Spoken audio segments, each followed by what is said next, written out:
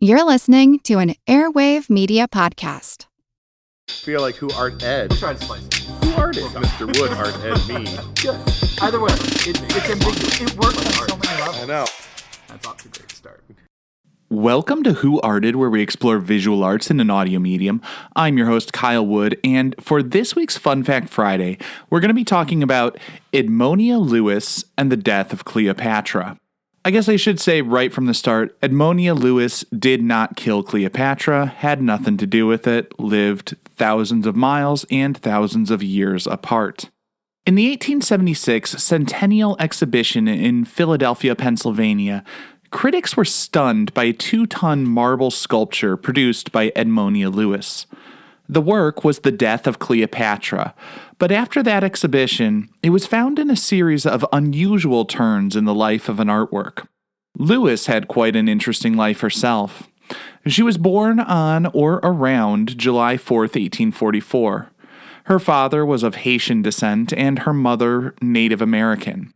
There's not much documented about her early life, hence the approximation for her birthday, but what we do know is she was orphaned at a young age.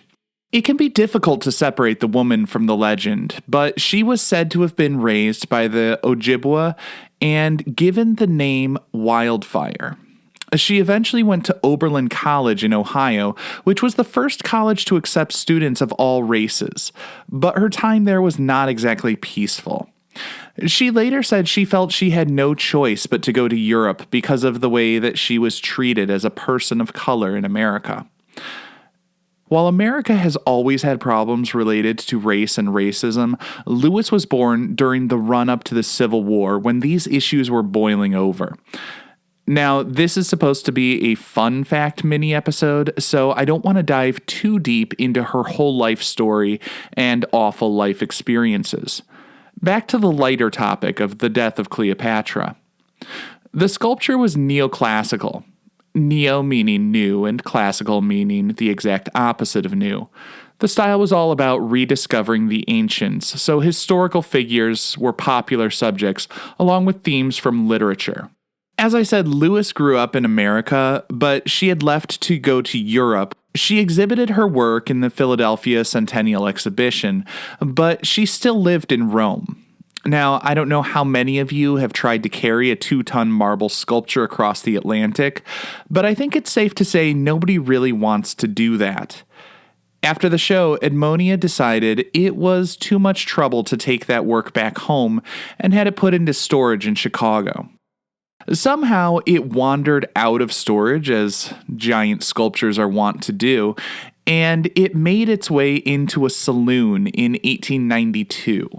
I guess it was a party sculpture.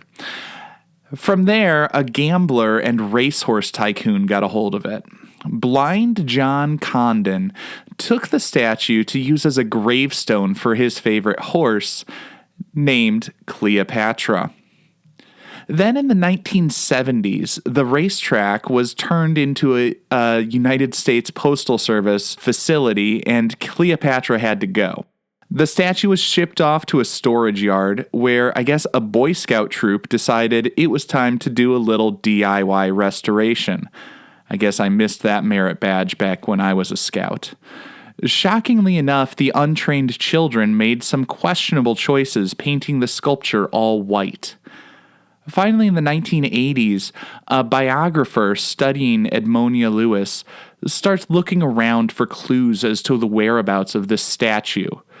Because while some people had been doing things with the statue, its whereabouts were not necessarily known to art curators and museums and gallerists and people of that world.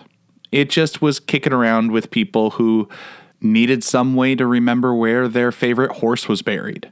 So finally, it's tracked down after a dentist in the suburbs of Chicago responds saying that the statue was in storage in a local mall along with their holiday decorations.